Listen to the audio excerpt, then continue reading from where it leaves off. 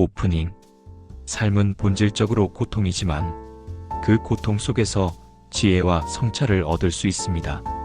쇼펜하우어의 명언 100개를 통해 인간 존재와 운명에 대한 깊은 통찰을 나누며 우리 삶을 새롭게 바라보는 시간을 가져봅시다. 쇼펜하우어 프로필. 이름 아르투어 쇼펜하우어.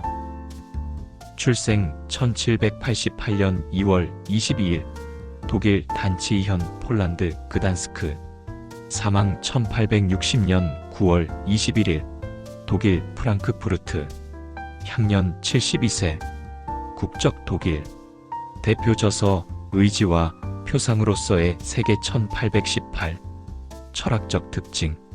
삶을 맹목적 의지윌로 설명한 비관주의 철학자. 인간의 삶은 고통과 권태 사이를 오가는 구조라 주장. 그러나 예술철학자비를 통해 고통을 극복할 수 있다고 강조. 영향 니체, 프로이트, 톨스토이, 바그너 등 현대 철학문학 예술에 큰 영향을 줌. 인생은 고해다. 해설. 인생은 근본적으로 고통을 동반하지만 이를 인정할 때 삶을 더 깊이 이해할 수 있습니다. 행복은 고통의 단순한 일시적 중단일 뿐이다. 해설. 행복은 지속적인 상태가 아니라 잠시 머무는 쉼표 같은 순간입니다.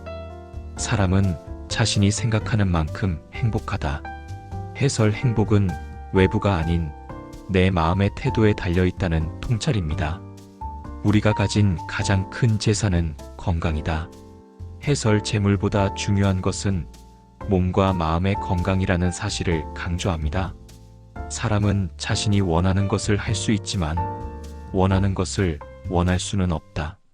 해설. 우리는 행동을 선택할 수는 있지만 욕망 자체를 선택할 수는 없습니다. 삶은 시계추처럼 고통과 권태 사이를 흔들린다. 해설. 인생은 고통을 피하면 권태가 오고 권태를 벗어나면 다시 고통이 오는 반복 구조입니다. 위대한 업적은 고독 속에서 이루어진다. 해설. 진정한 창조와 성취는 혼자만의 사색과 노력에서 비롯됩니다. 우리는 타인의 의견에 너무 큰 가치를 둔다. 해설. 남의 시선을 지나치게 의식하면 자기 삶을 잃게 된다는 경고입니다. 사람은 본질적으로 이기적이다. 해설. 인간의 근본적인 본성은 자기 이익을 추구하는 의지라는 사실을 강조합니다. 책을 너무 많이 읽는 것은 스스로 생각할 시간을 잃게 만든다. 해설. 독서도 중요하지만 더 중요한 것은 자기만의 깊은 사고와 성찰입니다. 고통은 삶의 본질이다. 해설. 인간 존재 자체가 고통을 포함하며 이를 부정하기보다 인정해야 한다는 통찰입니다. 가장 현명한 삶은 가능하면 고통을 줄이는 것이다. 해설. 완전한 행복보다 고통을 줄이는 것이 현실적이고 현명한 삶의 태도입니다. 재산은 행복을 보장하지 않는다. 해설. 물질적 부는 편의를 줄 수 있지만 내적 만족과 행복을 주지는 못합니다. 천재는 모든 사람이 본 것을 보고 아무도 생각하지 못한 것을 생각한다. 해설. 진정한 창의성은 남들과 다른 시각과 깊은 사고에서 나옵니다. 운명은 우연처럼 보이지만 필연이다. 해설. 삶의 사건들은 우연처럼 느껴지지만 사실은 보이지 않는 필연적 인과로 연결되어 있습니다. 지식 없는 의지는 맹목적이다. 해설. 욕망만 앞서고 지혜가 없다면 삶은 혼란과 파멸로 흐를 수밖에 없습니다. 우리가 얻는 것은 우리 외부에 남고 우리가 되는 것은 우리와 함께한다. 해설. 외부의 재산보다 내적 성장과 인격이 진정한 자산이라는 뜻입니다. 사람은 결코 자기 본성을 바꿀 수 없다. 해설. 교육과 환경이 변화를 줄 수는 있지만 인간의 근본적 성향은 쉽게 바뀌지 않습니다. 사랑은 의지의 속임수다.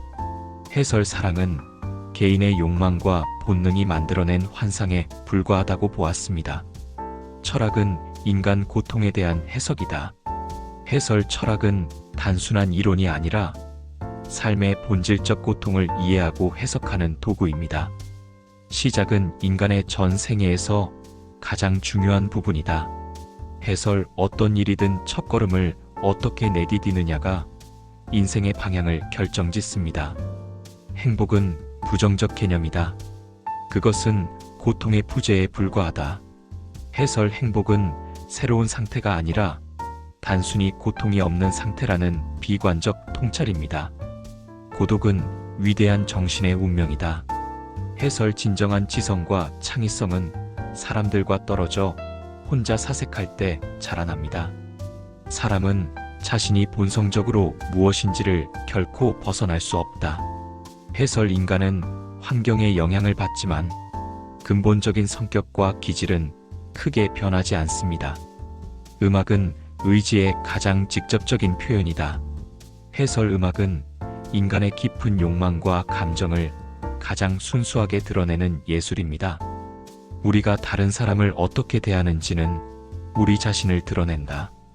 해설 인간관계 속 태도는 결국 자기 인격의 반영입니다. 지루함은 인간이 살아있음을 증명한다. 해설 권태는 단순히 부정적인 것이 아니라 인간 의식의 한 조건입니다. 모든 진리는 세 단계를 거친다. 조롱, 격렬한 반대, 그리고 자명한 진리로 받아들여짐. 해설 새로운 사상은 처음엔 비웃음을 받고 그 다음엔 저항을 받다가 결국 인정받습니다. 차비는 도덕의 기초다. 해설 인간이 서로를 이해하고 돕는 마음에서 윤리와 도덕이 시작됩니다. 인간은 자신이 사랑하는 것에 의해 정의된다. 해설 우리가 집착하고 소중히 여기는 대상이 곧 우리의 본질을 드러냅니다. 사람은 자신이 생각하는 대로 된다. 해설 우리의 사고방식과 신념이 결국 삶의 방향과 운명을 결정합니다. 행복은 결코 오래 지속되지 않는다. 해설 행복은 순간적이며 금세 사라지는 덧없는 감정일 뿐입니다. 고통은 인간의 가장 깊은 교육자이다. 해설 진정한 배움과 성숙은 편안함이 아니라 고통에서 비롯됩니다. 사람은 자신을 속이는 데 있어서 가장 큰 대가를 치른다. 해설 자기기만은 결국 자신을 파괴하는 결과를 낳습니다. 인간은 타인의 불행에서 위안을 얻는다. 해설 인간 본성에는 비교 심리가 깊게 자리 잡아 있습니다. 가장 큰 어리석음은 행복을 미래에만 기대하는 것이다. 해설 행복은 먼 미래가 아니라 현재를 살아내는 태도 속에 있습니다. 명성은 빛나지만 덧없는 그림자와 같다. 해설 명예와 명성은 금세 사라지며 그것을 좇는 삶은 공허합니다. 모든 사람은 자신의 한계 속에서만 자유롭다. 해설 자유 역시 인간 조건과 상황 속에서 제한적입니다. 사랑은 본질적으로 이기적이다. 해설 사랑은 타인을 위한 것 같지만 사실은 자기 욕망의 표현입니다. 인생은 우리가 생각하는 것보다 짧고 우리가 느끼는 것보다 길다. 해설 시간은 인식의 방식에 따라 달라지고 인생의 덧없음을 일깨워줍니다. 지혜로운 자는 고통을 피하는 데서 행복을 찾는다. 해설 행복은 새로운 즐거움보다는 고통을 줄이는 삶의 방식에서 비롯됩니다. 우리는 흔히 가진 것의 가치를 잃은 후에야 깨닫는다.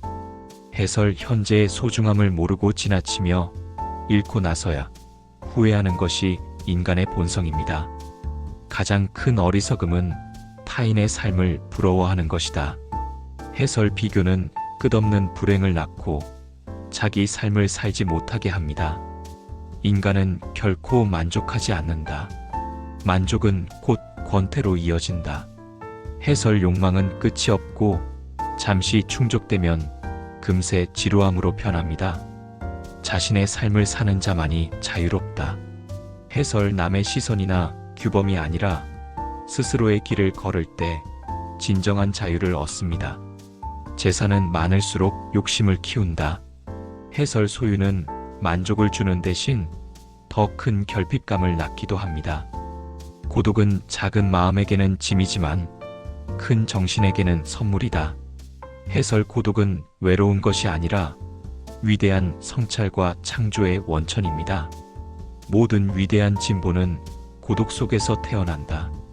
해설 인류의 발전도 결국 혼자만의 사색과 탐구에서 시작됩니다. 타인의 인정은 달콤하지만 독이 될 수도 있다. 해설 남의 평가에 의존하면 진정한 자율성을 잃게 됩니다. 삶은 고통을 견디는 자에게만 의미를 드러낸다. 해설 고통은 피할 수 없지만 그것을 이겨낼 때 비로소 삶의 깊이가 드러납니다. 고통 없는 삶은 없다. 해설 고통은 예외적인 것이 아니라 인생의 본질적 요소임을 강조합니다. 지혜로운 자는 고통을 두려워하지 않는다. 해설 고통을 삶의 일부로 받아들일 때 더 강하고 성숙해집니다. 욕망은 끝없는 굴레다. 해설 만족은 잠시뿐이고 새로운 욕망이 끊임없이 생겨나 인생을 지배합니다. 가난은 고통을 낳고 부는 불안을 낳는다. 해설 물질적 조건이 달라도 인간은 여전히 고통에서 벗어나지 못합니다. 지루함은 인간 존재의 증거다. 해설 권태는 단순한 나쁜 감정이 아니라 의식 있는 존재의 특성입니다. 남을 아프게 하는 자는 결국 자신도 고통받는다. 해설 타인에게 가한 상처는 결국 자기에게 돌아옵니다. 예술은 삶의 고통에서 잠시 벗어나는 피난처다. 해설 음악, 미술 같은 예술은 고통스러운 현실을 넘어서는 길을 열어줍니다. 철학은 인간의 불행을 설명하는 학문이다. 해설 철학은 문제 해결이 아니라 삶의 본질적 고통을 이해하는 도구입니다. 지혜로운 자는 적게 소유하고 많이 성찰한다. 해설 참된 부는 외적인 것이 아니라 내적인 성찰에서 비롯됩니다. 죽음은 삶의 종말이 아니라 본질의 해방이다. 해설 죽음은 두려움이 아니라 고통의 굴레에서 벗어나는 자연스러운 과정입니다. 사람은 자신이 원하는 것을 하면서도 왜 원하는지는 알지 못한다. 해설 인간의 욕망은 이성의 산물이 아니라 무의식적 의지의 표현입니다. 타인과의 비교는 행복을 파괴한다. 해설 남과 자신을 비교하는 순간 만족은 사라지고 불행이 시작됩니다. 사람은 자유롭게 행동하지만 그 자유조차 의지에 의해 지배된다.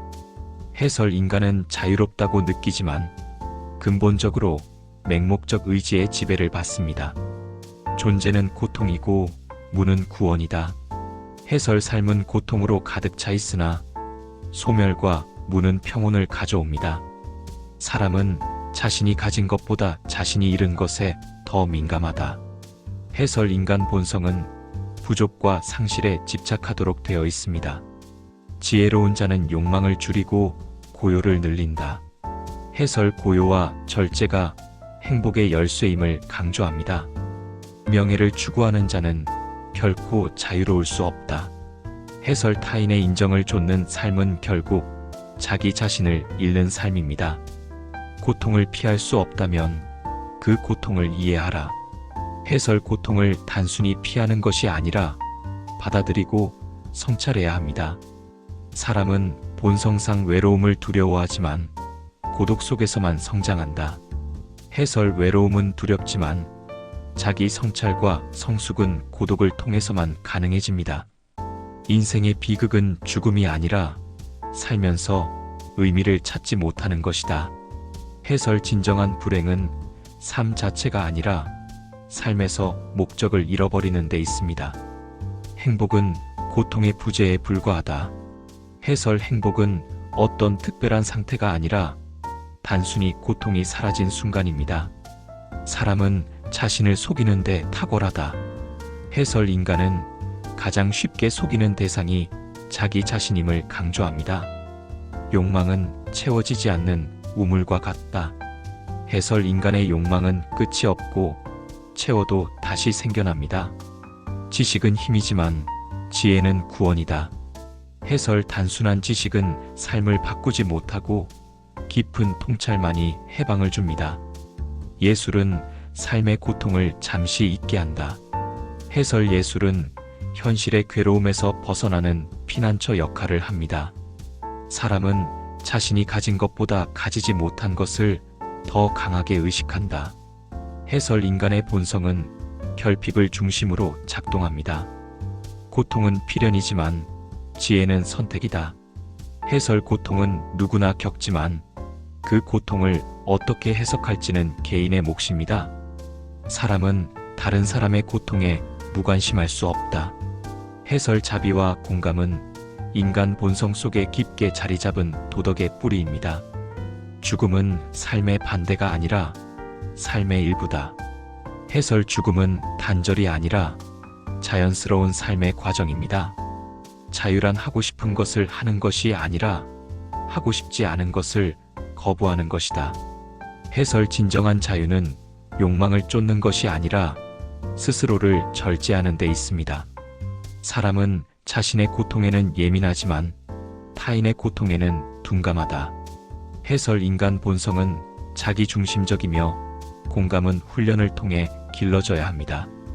우리가 무엇을 아느냐보다 우리가 무엇을 원하는가가 우리를 지배한다. 해설 이성보다 의지가 인간의 삶을 더 강하게 움직입니다. 삶은 우연처럼 보이지만 본질적으로 필연이다. 해설 인생의 사건들은 우연 같지만 보이지 않는 인과율 속에 얽혀 있습니다. 사람은 자기 안의 세계만큼만 세상을 본다. 해설 우리의 인식은 외부 세계보다 내부 정신 상태에 의해 좌우됩니다. 욕망은 충족될 때마다 새로운 욕망을 낳는다. 해설 만족은 잠시뿐이고 인간은 본성적으로 결핍을 반복합니다. 철학 없는 삶은 방향 없는 배와 같다. 해설 철학적 성찰이 없는 삶은 표류하며 쉽게 흔들립니다. 사람은 자신이 견딘 고통만큼 현명해진다. 해설 고통은 단순한 불행이 아니라 성숙과 지혜의 원천입니다. 자연은 언제나 진리의 편이다. 해설 인간의 욕망과 관계없이 자연의 법칙은 변하지 않으며 진리는 결국 드러납니다. 자비는 도덕의 기초이고 이기심은 죄악의 근원이다. 해설 윤리는 이타심에서 시작되고 이기심이야말로 모든 악의 뿌리입니다. 삶의 의미는 찾는 것이 아니라 만들어가는 것이다. 해설 의미는 주어지는 것이 아니라 스스로의 선택과 태도에서 형성됩니다. 행복은 소유에서 오지 않고 존재에서 온다. 해설 물질이 아니라 내면의 성숙과 인격이 진정한 행복을 줍니다. 사람은 외부 환경보다 자기 마음의 상태에 의해 더 많이 지배된다.